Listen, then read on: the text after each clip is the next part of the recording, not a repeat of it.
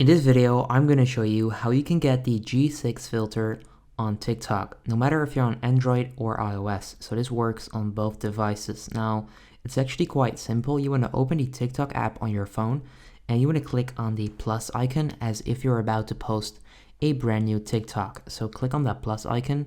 There we go. And then at the right side of your screen, you'll see flip, speed, beauty, filters, timer, and flash. You want to click on filters.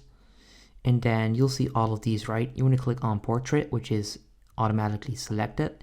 You then want to scroll through this list and right there you want to find the G. So I'm at the B right now, and right there you'll see G. Right there you can click on G6, and that's exactly how you can do that. So you want to select it, then go back, and then right there you can select or create a brand new TikTok using the G6 filter. Now you can also upload files using this filter, so just select the video. If I just select that one right there and click on next and then click on next again, you can also click on, where is it, filters at the top right, and then select it, right?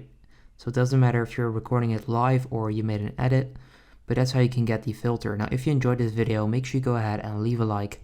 Let me know in the comments if you're going to use it and how many followers you have on TikTok. I'm curious to see how many, and then I'll see you next time.